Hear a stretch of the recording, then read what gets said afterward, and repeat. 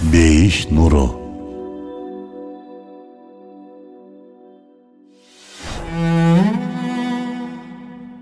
Ал 53 жылдык өмүрүндө 400дөн ашуун китеп жазган. 3 китеби азыркы учурда Оксфордто окутулат. Ал Аристотель, Платон, Сократ өңдүү атактуу философтордун пикирлерин сандап, философияга исламий чыйыр салган. Анын пикирлери бүгүнкү күндө дагы Европанын эң мыкты университеттеринде окутулат. Ал бүткүл суроолорго так жооп бере алган. Пайгамбарыбыз саллаллаху алейхи вассаламдын нурдуу жолу менен кеткен чынчыл аалым Худжатул Ислам Абу Хамид Мухаммад Аль-Газали. Бул улуу аалымдын терең илимге сүңгүп кирүүсүнө ким себеп болгон билесизби? Ооба, устазы ошол кездин аалымдары болгон. Бирок дагы да терең изилдөөнүүсүнө жолоочуларды тоногон бир каракчы себеп болгон. Кандай болгон дейсизби? Анда эмесе окуяны башынан баштайлы. Имам Газали туулган жерин ата-энесин калтырып, илим алуу үчүн Журжан, башкача айтканда Харасан шаарына сапарга чыгат. 5 жыл бою баш көтөрбөй илим алгандан кийин жолдоштору менен Туска, тагыраак айтканда өзүнүн туулган жерине кайтуу үчүн бир кербенге кошулуп жолго чыгат. Жолдо келе жатып кербенге каракчылар кол салат.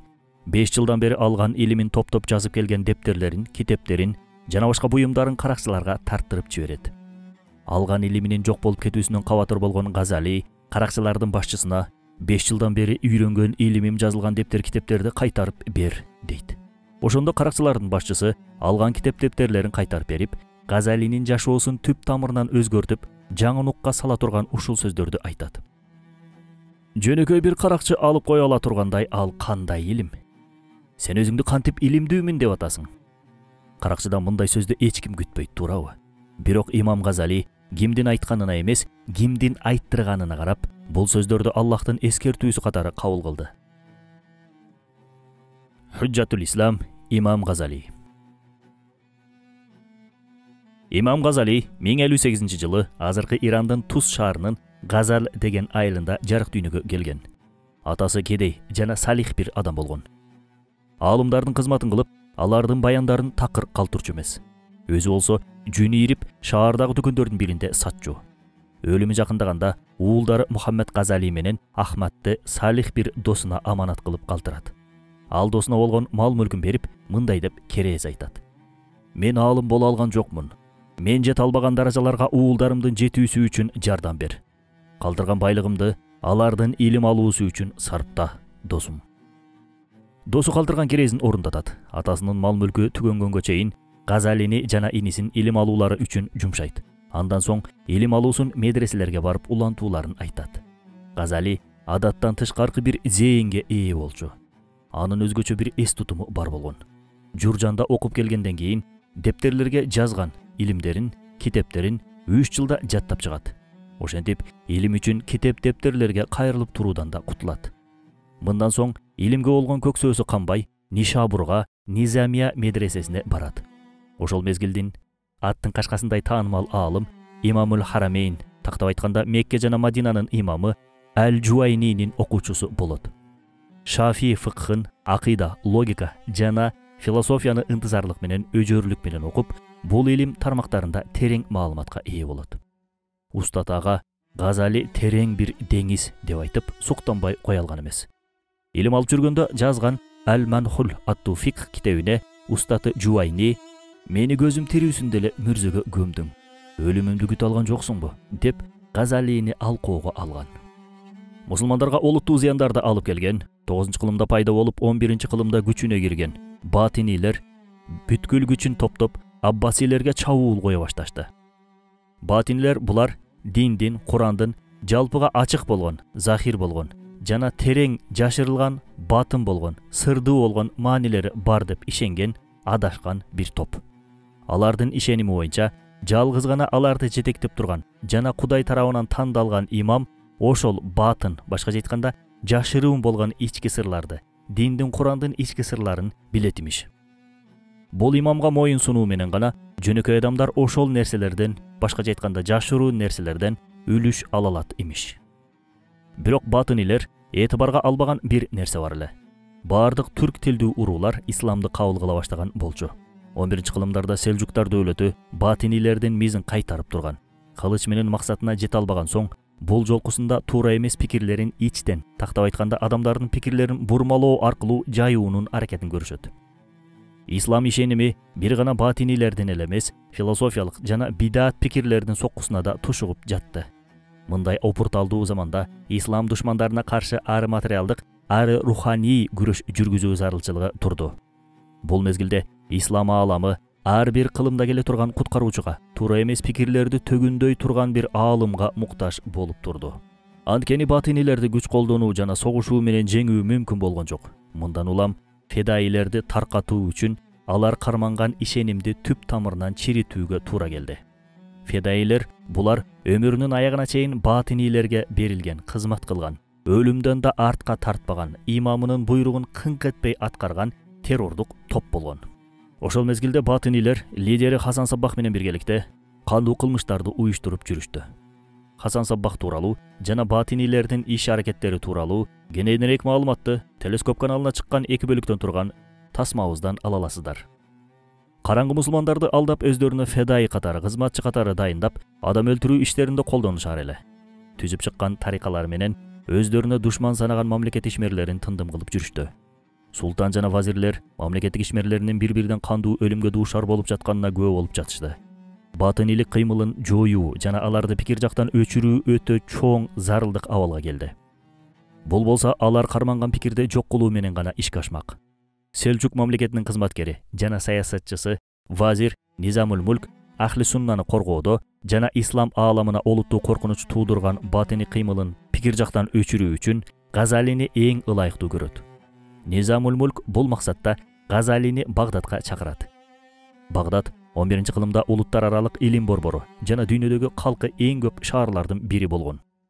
Бул жакта Газали дүйнөнүн алгачкы университеттеринин бири эсептелген Низамия медресесине баш мударис, башкача айтканда ректор болуп дайындалат. Газали медреседе 300ге жакын шакиртке сабак берип жатып, ошол эле мезгилде грек тилин өздөштүрөт. Философия боюнча иликтөөлөрдү жүргүзөт. Бир жагынан батинилердин кармаган пикирлеринин маңызын анализ кылат. Ошентип, Газали узакка созулган иликтөөсүнүн жыйынтыгында бир нерсени байкайт. Аристотель, Платон жана Сократ өңдүү философтордун айткан пикирлеринин кемчилигин көрөт. Айрыкча грек философиясы менен ислам ишенимин бузууга аракет кылган философторду байкайт. Батинилер дагы өздөрүнүн пикирлерин философия жана логика менен күчтөндүрүп, карапайым калктын акыйдасына доо кетирип жатышты. Исламдын негиздерин канчалык бүлгүнгө учуратып жатканын аңдап түшүнөт Газали. Исламдын өзөгүн коргоо үчүн болгон күчү менен белсенип киришет. Мына ушундай күндөрдүн биринде болуп өткөн бир окуяны айта кетели. Батинилердин бирөөсү айлана тегерегиндеги адамдарга мындай деп туура эмес пикирлерин жайып жаткан болот. Акыйкатка же акыл менен, же бир үйрөтүүчүгө кулак салуу менен жетилет. Бирок акыл бизди шек күмөндүн сызына белчебизден батырат. Бүтпөгөн уруш талашка алып барат.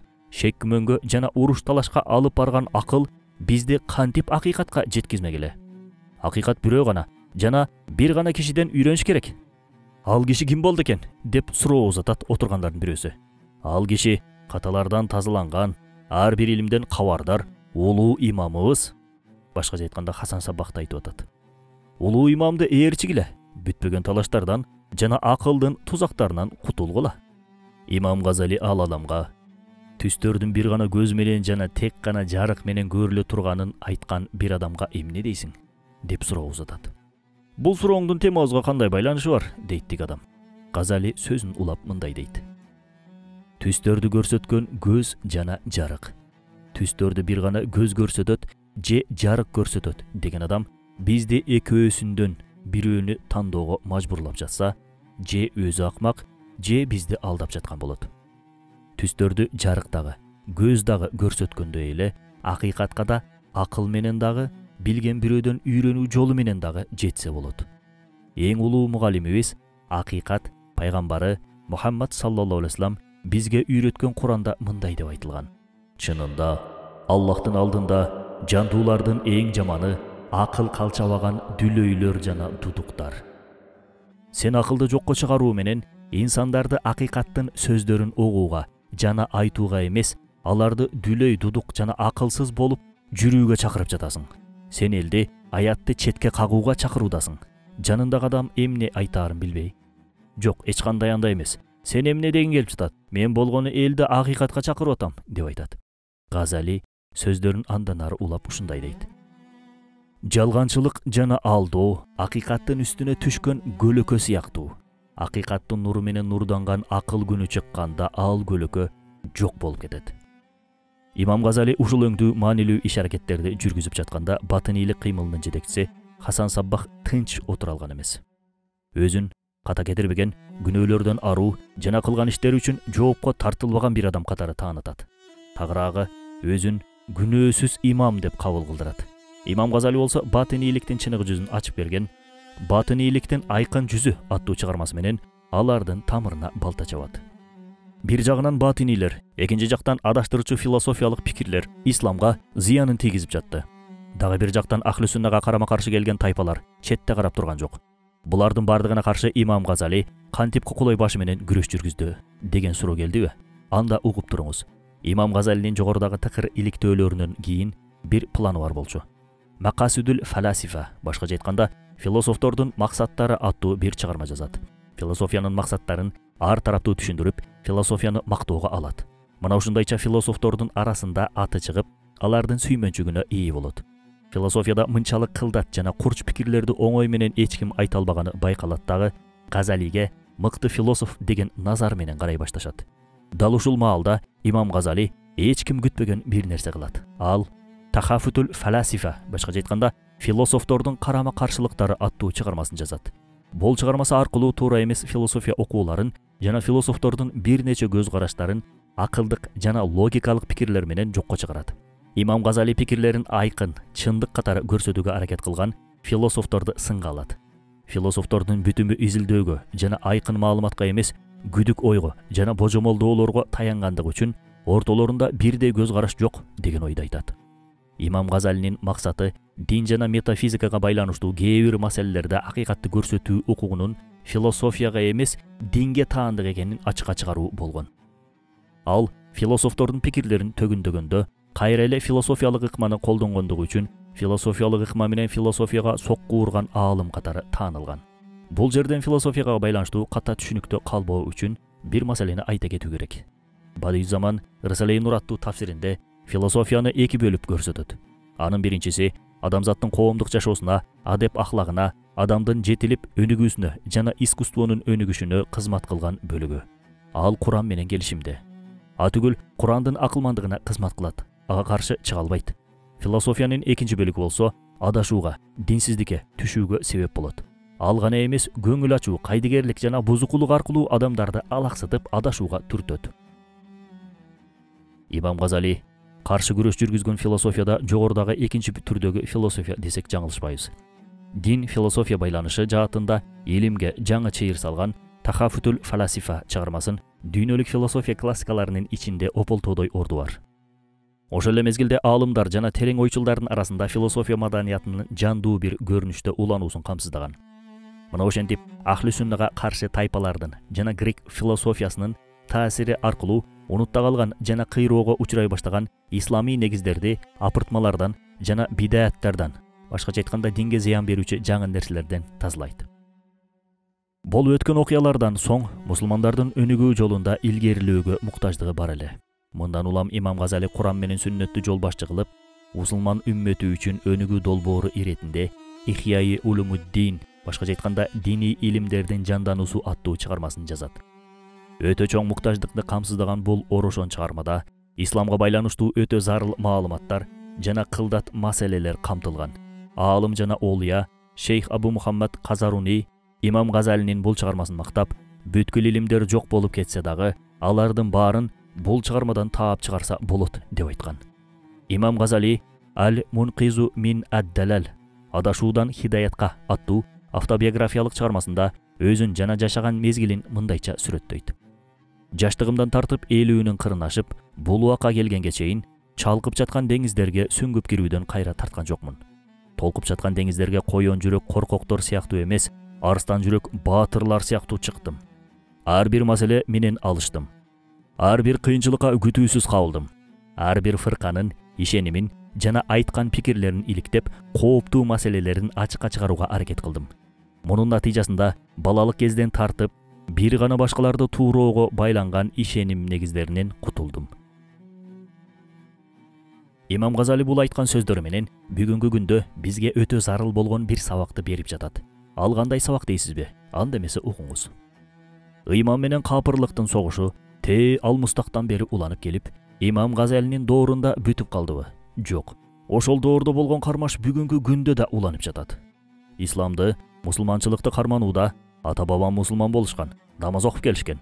Алар мусулман болуп намаз окугандыгы үчүн мен да мусулманчылыкты карманып намаз окуп жатам деген туура эмес түшүнүк жашап келет тилекке каршы. Бир Аллах бар деп коюп, ыйман маселелерин терең өздөштүрбөй жүрө берүү.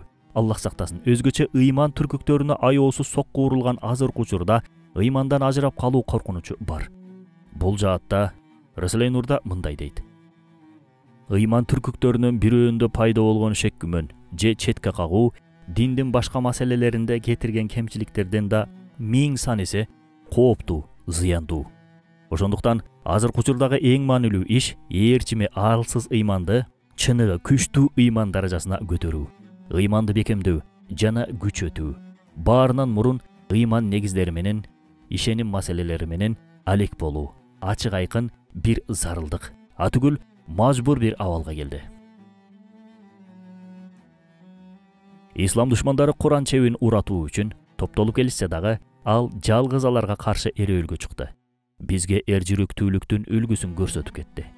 Материалдык жана руханий чабуулдардын кесепетинен ислам дини кооптуу абалда калганда, Газали 53 жылдык өмүрүндө исламды түп башатына ылайык бир абалга алып келген.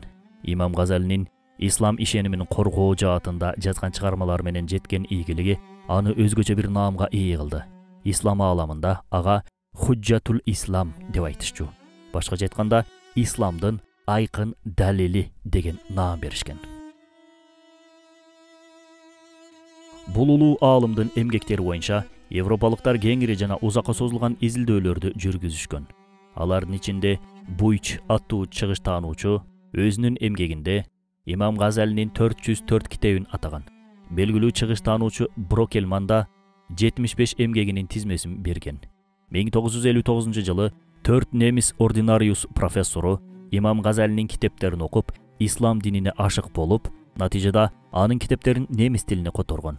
Андан кийин болсо төртөө тең ыйман келтирип мусулман болушкан. Имам Газалинин Аль-Мунқизу мин Далал, Ихяи Улумуддин, Мақасидул Фаласифа аттуу эмгектери Оксфорд сыяктуу университеттерде философия жана теология сабактарында окутулуп келет. Имам Газалинин О уул аттуу чыгармасы мындан дээрлик 1000 жыл мурун жазылса дагы, күнү бүгүнкүдөй таасирдүүлүгүн жоготпой келет. Ал чыгармада азыркы учурга абдан керектүү насааттарын айтып кеткен. Алардын бир канчасын айтып өтөлү. Аллахтан корк. О уулум, Аллахтан кандай коркуш керек болгон болсо, ошондой корк. Ага кулчулук милдетиңди талаптагыдай аткар. Арам кылган нерселерден мүмкүн болушунча алыс бол. Аллахтын бактылуулукка карай кеткен жолунан чыкпа. Жашооңду тартипке салган буйруктарына көңүл кош караба. Ошондо жашооң саламаттуу, жүзүң жарык болот. Анткени жашыруун жана көмүскөдөгү эч бир нерсе Аллахтын алдында жашыруун эмес. Пайдасыз сөздөрдөн алыс бол. О уулум, акылың дароо кабыл кылбай турган нерсени айтпа. Керексиз сөздөн, көпкүлүүдөн, тамашага салып мыскылдоодон жана диндеш бир тууганың менен талашып тартышуудан этият бол. Мындай кылуу аброюңду түшүрүп, кек сактоого жана душмандыкка эшик ачат. О уулум, бардык иштериңде орто жолду карман. Себеби иштердин эң жакшысы бул орто жол. Аз сүйлө, жолуккан ар бир мусулманга салам бер. Жакшы иштерде туруктуу бол. О уулум, жакшы амалдарыңда туруктуу бол жана аларды үзгүлтүксүз аткар. Бир күн кылып, бир күн таштап койбо. Сүйүктүү пайгамбарыбыз саллаллаху алейхи вассалам мындай деп айткан: Аллахтын астында эң сүйүктүү амал ар дайым аткарылган амал. Ар дайым кылынган амал адамды максатына жеткирет. Исламга кызмат кылып, өткөн өрнөктүү өмүрүнүн соңунда тактап айтканда 1111 жылы бир түнүн Куран окуп өткөрөт. Даратын жаңылап, багымдат намазын окуп бүтүп, отура кетет. Жанындагы кишилерден кепин сурайт. Кепинди өп, жүзүнө сүртүп, башына койгондон кийин: О Раббим, кожоюнум, сенин буйругуңа даярмын деп бөлмөсүнө кирип кетет. Бирок бөлмөсүнө киргенден кийин бир топ убакытка чейин чыкпайт. Барып караса, кепинин кийип, башын кыблага карай жүздөнгөн абалда калганын көрүшөт. Баш жагында болсо ыр саптары жазылган кагазды калтырып кеткенин байкашат.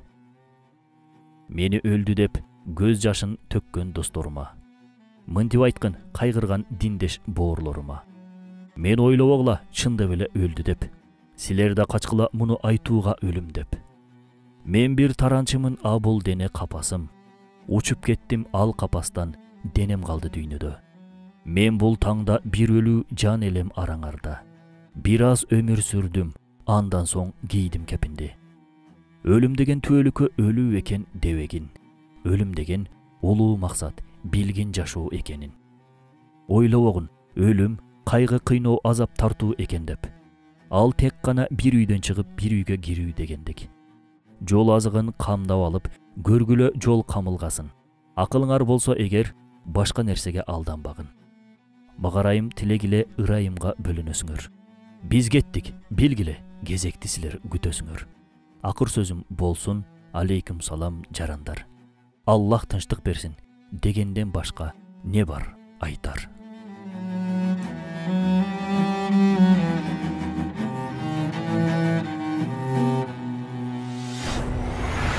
Бейиш нуру.